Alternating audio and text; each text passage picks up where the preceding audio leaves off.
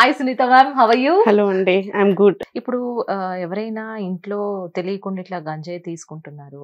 So, ఒక month తీసుకున్న తర్వాత లేదా 2 మంత్స్ తీసుకున్న తర్వాత అది కంటిన్యూటీగా ఎడిక్షన్ వరకు వెళ్ళిపోతుందంటున్నారు కదా! సో, ఇప్పుడు ఒక్కసారి గాంజాయి తీసుకున్న తర్వాత మన బాడీలో లెవెల్స్ అనే కౌంట్ ఎట్లా ఉంటుందంటారు? ఎట్లాంటి చేంజెస్ వస్తూ ఉంటాయి చేంజెస్ అంటారు? వచ్చేసి ఏంటంటే విగరస్‌గా, ఫాస్ట్‌గా చేంజెస్ ఉండవు.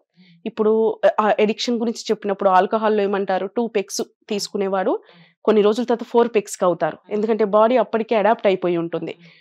అంటే 4 పెగ్స్ తీసుకుంటే తప్ప నష రాదు.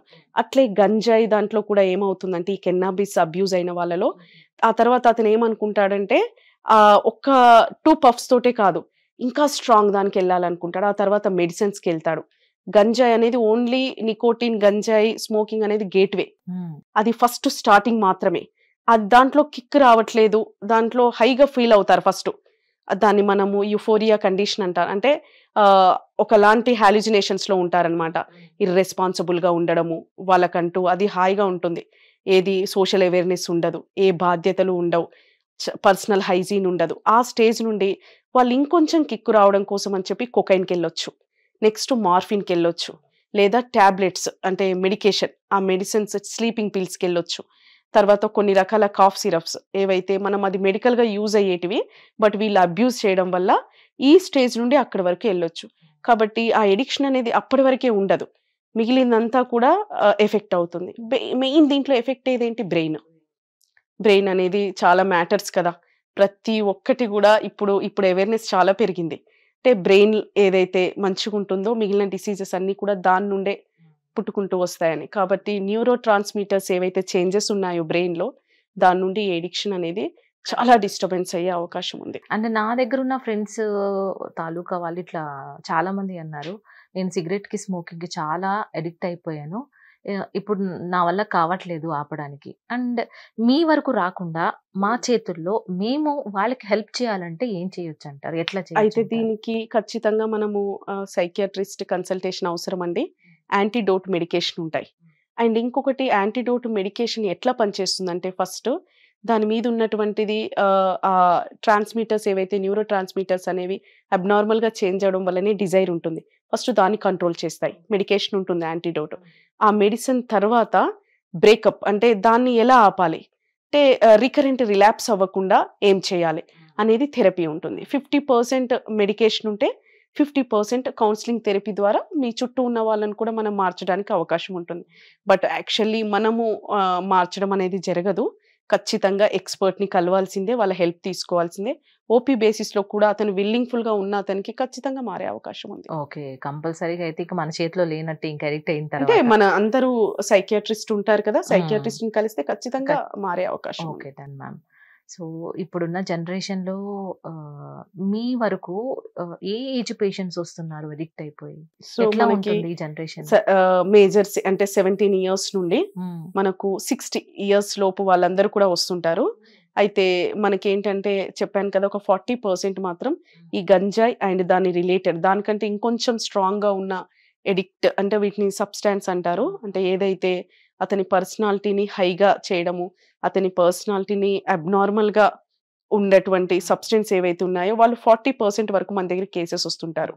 మనము టీనేజర్స్ ఉంటారా ఎక్కువ? టీనేజర్స్ ఉంటారండి. ఆ! ఖచ్చితంగా 17 ఇయర్స్ నుండి 26 ఇయర్స్ లోపు వాళ్ళందరూ కూడా టీనేజర్స్ మనకు చాలా మంది ఉన్నారు. మిమ్మల్ని బతిమిలాడతారా? పంపించేయండి మేడం నేను మారిపోయాను. అట్లాంటివి ఏమైనా టాకిల్‌గా అంటే కమల్ హాసన్‌లో అయిపోతూ ఉంటారా అవునవును. అప్పటికప్పుడు? ఖచ్చితంగా అడుగుతారు. ఎట్లా మీరు వాళ్ళని ఓకే నిదానం చేస్తూ ఉంటారు సో, ఇట్లా? అడ్మిషన్ అయిన తర్వాత 1 వీక్ వరకు కూడా డీటాక్స్‌లోనే ఉంటారు. వాళ్ళకు మనం అంతా మాట్లాడే అవకాశం కూడా ఇవ్వము. హ్మ్. సో, మనకిక్కడ వాళ్ళకి ఆ సిస్టమ్ అంతా తెలిసిపోతుంది. ఎందుకంటే వాళ్ళనేమి మనకు ఫోర్సిబుల్‌గా అది చేయరు. చాలా ప్రేమగా హాస్పిటల్ అంటే హాస్పిటల్స్‌లో కొన్ని రూల్స్ అండ్ రెగ్యులేషన్స్ ఎలా ఉంటాయో, ఆ హాస్పిటాలిటీ రూల్స్ తోటే వాళ్ళుంటారు. లేదు వాళ్ళు మాట్లాడాలి అనుకున్నా మనం వితౌట్ సిగ్నేచర్స్ తీసుకోము కాబట్టి వాళ్ళకి ఆ కండిషన్స్ అర్థమైపోతాయి. ఆ 1 వీక్ వరకు అడుగుతారు. పోనీ ఒక్క సిగరెట్ ఇవ్వండి నేను ఇక్కడే ఉంటాను అని. బట్ అవేం ప్రొవైడ్ చేయము. అండ్ వేరే రీహాబ్స్‌లో కూడా ఒకవేళ ఇట్లా నికోటిన్ ప్యాచెస్ కానీ అంటే దాని సబ్‌స్టిట్యూట్ ఏదన్నా చేస్తారు. అది రాంగ్ అండి చేయకూడదు. ఎందుకంటే ఇక్కడ అవైలబిలిటీ అది ఉంది కాబట్టి అతను దానికి తీసుకుంటాడు. మళ్ళీ బయటకు వచ్చాక ఖచ్చితంగా తీసుకునే అవకాశం ఉంటుంది. ఎందుకంటే ఆ ఇండివిజువల్ పర్సన్ అనేవాడు ఒక అబ్నార్మల్ పర్సనాలిటీతో ఉన్నాడు. అది ఏ రకంగానే రావచ్చు, పేరెంట్స్ నుండి రావచ్చు, సొసైటీ నుండి రావచ్చు, అతని ఆక్యుపేషన్ నుండి రావచ్చు. కానీ ఆ ఇండివిజువల్ పర్సన్ అనేది ఒక అబ్నార్మల్ పర్సనాలిటీ ఉన్నాడు కాబట్టి మనం అతనితోటి ఒక డిసీజ్ పర్సన్ గానే మనం ట్రీట్ చేసి ట్రీట్మెంట్ ఇస్తే అతడు కంప్లీట్ గా మనకు బాగుపడే అవకాశం ఉంటుంది. ఓకే. ఈ రీహాబ్ సెంటర్స్ లో మ్యామ్ ఓన్లీ ఈ ఆల్కహాల్ అడిక్షన్ లేదంటే ఇటు గాంజా అడిక్షన్ కాకుండా ఇంకా ఏముంటాయంటారు రీహాబ్ సెంటర్స్ లో? ఇంకేం జరుగుతూ ఉంటాయి? మనకి ముఖ్యంగా ఎడిక్ట్ పీపులే ఓన్లీ వస్తారు, ఎడిక్షన్ పీపులే 100% వస్తారు. అలా కాకుండా ఒక 10% పీపుల్ ఏం చేస్తారంటే మనకు వాడు కొన్ని కేసెస్ ఉంటాయి. అంటే వీడు ఈ గంజాయి కోసము, తర్వాత ఈ సబ్స్టెన్స్ కోసం అని చెప్పి తప్పులు చేస్తూ ఉంటారు. దొంగతనాలు మనీ లైక్ మనీ అంటే స్టీలింగ్ కానీ, లేదా అది గ్యాంబ్లింగ్ అంటారు. అంటే మనకు ఏ రకంగా డబ్బులు వస్తాయి ఈజీగా, వాడు అబద్ధాలు చెప్తూ క్లిప్టోమానీ అంటారు, కొన్ని అవి చేసుకుంటూ దొంగతనాలు చేసుకుంటూ వచ్చేటువంటి కేసెస్ ఒక 5 to 10% ఉంటాయి. ఆ వాటిలలో మనకు ఇది తప్పు అని చెప్పి మనము ట్రీట్మెంట్ ఇస్తాము అతనికి. అంటే అతనికి ఏంటంటే సెల్ఫ్ ఇంప్రూవ్మెంట్ ట్రీట్మెంట్ అన్నట్టు, తన తప్పు తను తెలుసుకోవడానికి అవకాశం ఇచ్చి అది సైకలాజికల్గా కరెక్ట్ కాదని చెప్పి మెడిసిన్స్ ఇస్తాం. అది ఒక 5 to 10% మాత్రమే ఉంటాయి.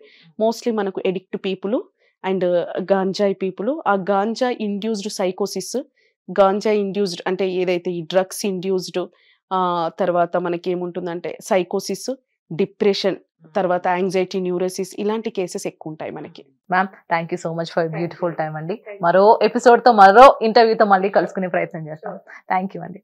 So this is Reena signing off. Hit TV app ని డౌన్లోడ్ చేసుకోండి. ఇందులో short news, live news, entertainment movies అన్ని అవైలబుల్ గా ఉన్నాయి. Please download hit TV app. Hit TV app. Hit TV app ని ఫ్రీగా డౌన్లోడ్ చేసుకోండి.